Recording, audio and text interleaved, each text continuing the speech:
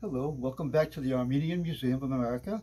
I'm Gary Linsanani, the curator, and today we want to show you with some of the bigger picture, some of the maps in our collection. This map, the Mecca Order was actually founded in Istanbul, and then in 1700 they moved to the island of San Lazzaro in the harbor of Venice, where they began printing books and doing research.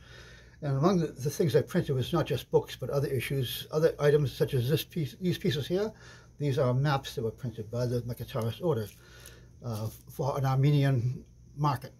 The maps are all in the Armenian language. This one actually, the title is The World of the Armenians. And it shows not only Armenia itself, but going down to the Holy Land, because this was the most important part of the world for any Armenian. And you can see, for instance, here is Lake Van, Lake Urmia, and up here is Lake Sevan. Not the shape we know today, of course. They were acting from the information they had. And of course, you can see Mount Ararat right there with Noah's Ark right on it.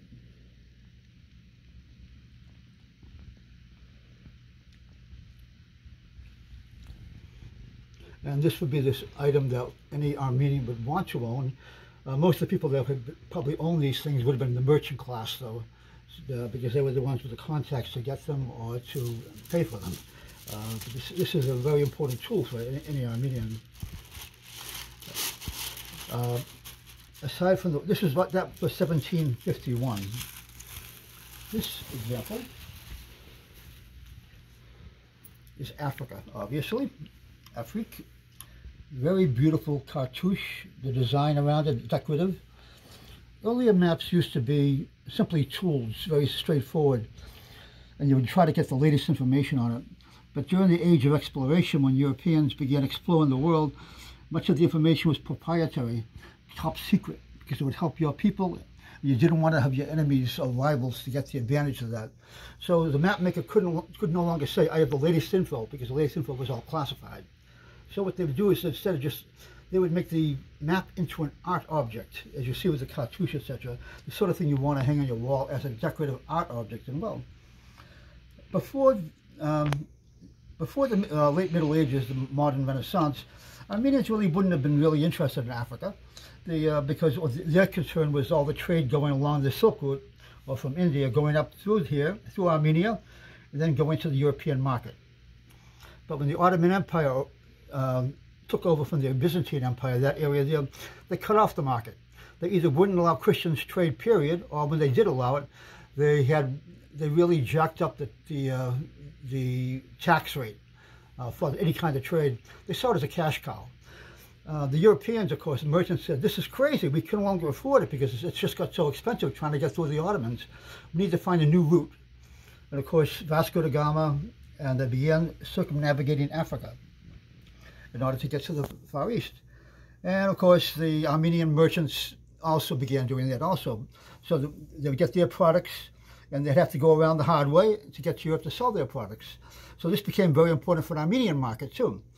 And you notice a lot of the interior has very little markings on it, because they didn't know what the interior was, so it's a little hypothetical. And notice you heard about an animal in Africa with a horn on its head.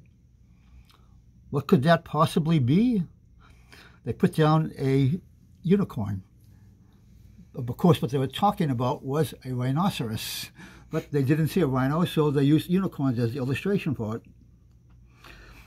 And this would, again, be a very important tool, all the various stops on the way for a merchant going to the Far East. This was 1786.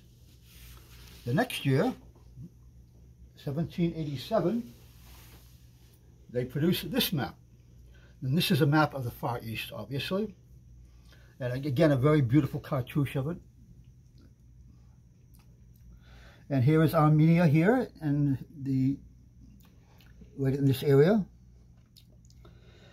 And a lot of the trade would go through via Iran, but when it got there, though, it still had to go through this way. It was blocked off. So again, they trade around Africa a lot. But the Armenian merchants had stations all over the Far East, merchant stations for the families. And so this was, again, a very important commercial tool for them. So these, again, would have been in any major any Armenian merchant family would want one of these maps at every one of their stations as a working tool for their business. So it had a ready market when the Macintosh produces. And sometimes it's fairly accurate and sometimes it's a little inaccurate. Like here's China here, Cathay. And you can see, of course, at this time it was not called Taiwan, it was called Formosa. And this is Formosa right here, and which is pretty accurate as far as the size. But this is Okinawa. And on this map, it's a lot bigger than the real Okinawa is, because this is the information they were basing it on. So you see distortions by our standards, but they were acted on the information as they best had at the time.